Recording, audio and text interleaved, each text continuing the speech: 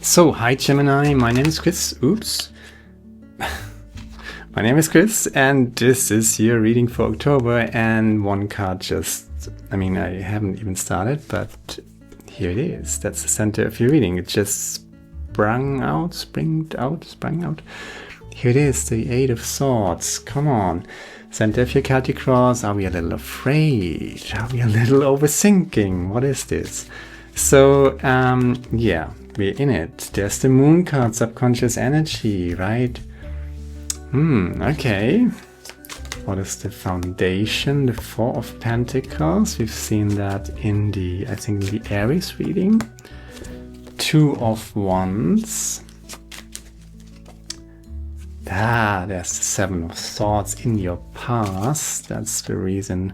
There's the new consciousness with the Ace of Swords. There's the Six of Pentacles. The World card. And we got the Wheel of Fortune, heavy energies. And the outcome is the Queen of Pentacles. And the bottom of the deck is the Three of Swords. So heavy energies. Okay, but you're making plans, you're visualizing your future, you know where you want to go, and you got the world in your hands. That's the crown of your reading. And you're already in a good position with the Four of Pentacles. That's the foundation of your reading. So you're the Four of Pentacles guy. You got something going for you. And you got a vision for yourself where you want to be. Sorry. Where you want to go. There's the Ace of Swords here, a new consciousness. The universe is trying to give you something. The universe is trying to give you blessings. You know, what goes down goes up again, right? There needs to be... it needs to even out, right? So the universe is on your side. This is your energy. You're ready to receive something. There's a big circle ending, and it's destiny, right? Wheel of Fortune. It ends, that's the outcome here, with the Queen of Pentacles, right? So it's going to get much, much easier. Wealth, abundance, and prosperity. There are so many opportunities waiting in that regard for you, coming towards you. You're ready for them. You were holding on to your stuff. And when you just compare these two cards, right? Four of Pentacles is very tightly holding on to something. And then look at this Queen of Pentacles, totally relaxed on her throne, right? In this abundant scenery of nature and everything. There's a bunny hopping towards her, and it's just abundance and beauty surrounding her, opportunity. And you're in this mindset, bring it on, I'm ready for it, right? And that's a good thing. Yeah, there's the World card and destiny, so it's a good reading, but the underlying energy is quite heavy. So there's the Three of Swords. You don't need to say much about the Three of Swords if you just look at that picture. Underneath that, there's the Page of Pentacles. So you got everything you need. If you just keep your cool, steady, you're going to be in the lush garden and reap the rewards. Queen of Pentacles energy, you got everything you need. But subconsciously, emotionally, you're a little blocked, right? Why? Because in your past, there's the narcissist of the tarot deck, there's narcissistic abuse, maybe. There is someone betraying you, someone abandoning you, taking advantage of you, something like that. And this has really made a deep impact, right? I mean, we're talking the Three of Swords and the Seven of Swords, right? And this is how you react to it. Oh my God, the world is a dangerous place, right? I need to protect myself. Fear, guilt, shame, maybe. Lower frequency energy. There's a little traumatization here, right? And this is kind of has an effect on our subconsciousness, right? On our overall frequency. You were keeping your cool, so to speak, on the outside. So you were maintaining your stuff, you were taking care of your pentacles, right? But you don't want to stay here, right? And what comes next is you're transforming. That's all swords energy here in the row. There's the narcissistic abuse, there's the sneaky bastard of the tarot deck, there's a reaction to it, and there's the healing of it. And you're healing from it by coming back to that place where it hurts. The universe is pretty much asking you, where does it hurt? Do you see this? It's very clear where it hurts, right? So heal that.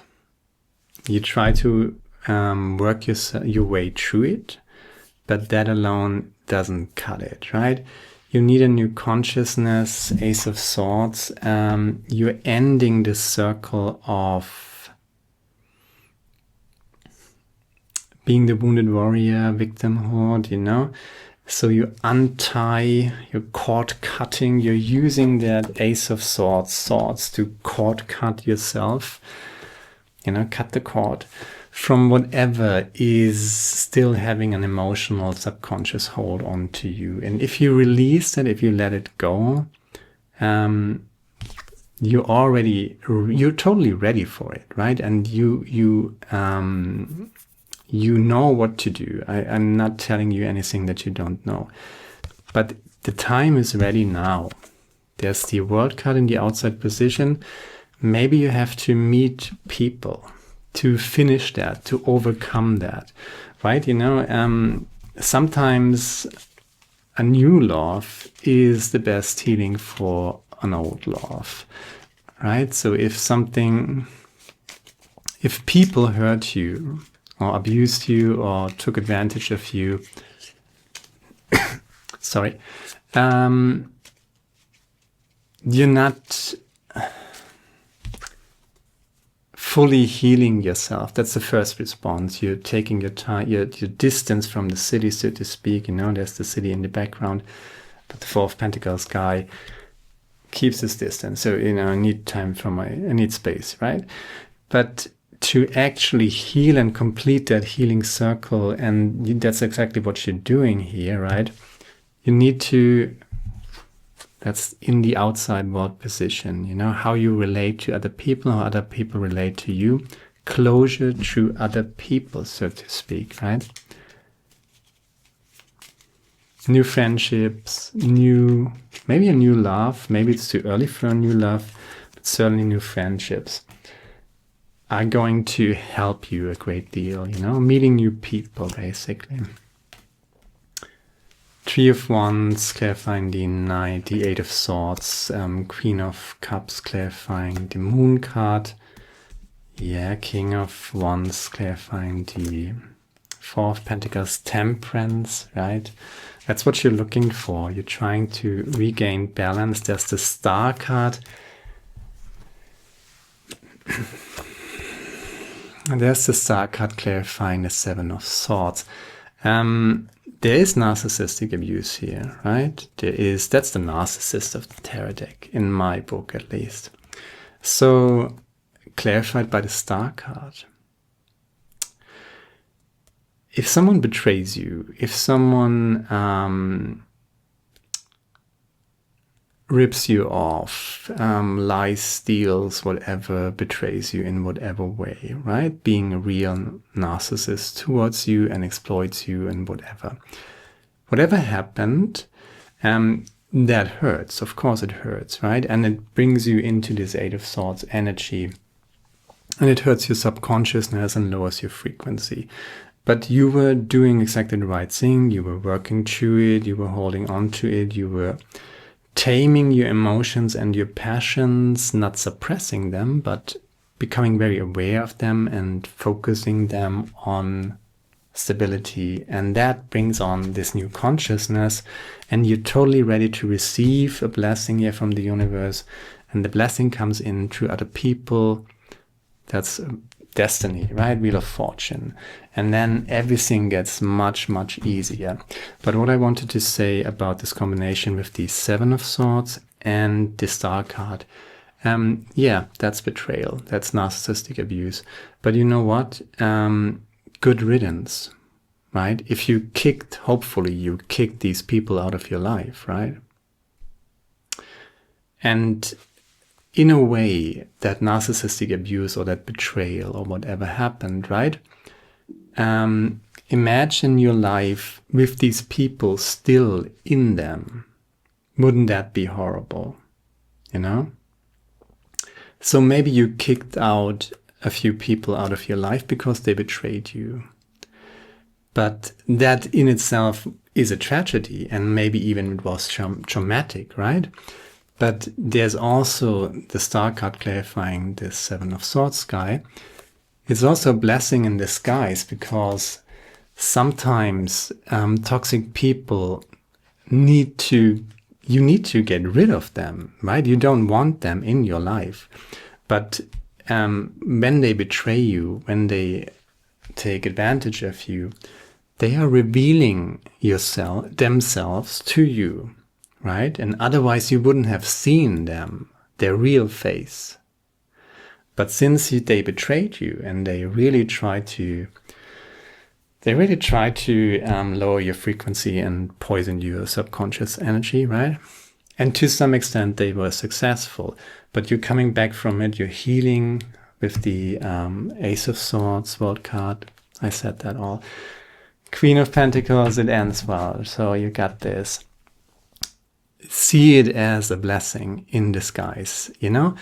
I tell this, you know, people have a wrong understanding of what a blessing and what a curse is. You know, when you are cursed, right? We're in duality, right? That's duality. That's how we are incarnated. We are in duality. Everything has two sides, right? So if you're cursed, it's always not just the curse. The duality is the curse, and the other side of it is the blessing. That's the opposite, basically. And you always have this interplay of opposites, right? The blessing and the curse and the blessing, right? We're in duality. You don't get one side. You always get two sides. Remember that. That's a very, very important lesson that I had to learn the hard way too. And it seems like you had to learn this the hard way too. But hear me out on this, right? So what's a real curse? A real curse is you get the blessing first. Because if you get the blessing first, you get the curse later. You don't want that. You want the blessing. And what does the blessing mean? In duality, you get both sides. But if you want to end up with the blessing, you have to take the curse first. And you had the curse first. These people, these sneaky people in your life who betrayed you, who were working against you, revealed themselves by trying to, you know, throw you under the bus, basically, whatever happened. Pretty heavy energy, I know, but they revealed themselves to you. That hurt. That was a curse, felt like a curse. But you know what? Now you know who they are and you kick them out of your life. And that's the blessing, because without them in your life, there's no one poisoning your subconsciousness. There's no one, you know, sabotaging your life. Strengths card. And by the way, the Strengths card is the new consciousness. You're not fighting them. You're just getting rid of them. You're disengaging, you're cord cutting, right? You're not going back there and arguing with these people and saying, oh, you did this and that. No.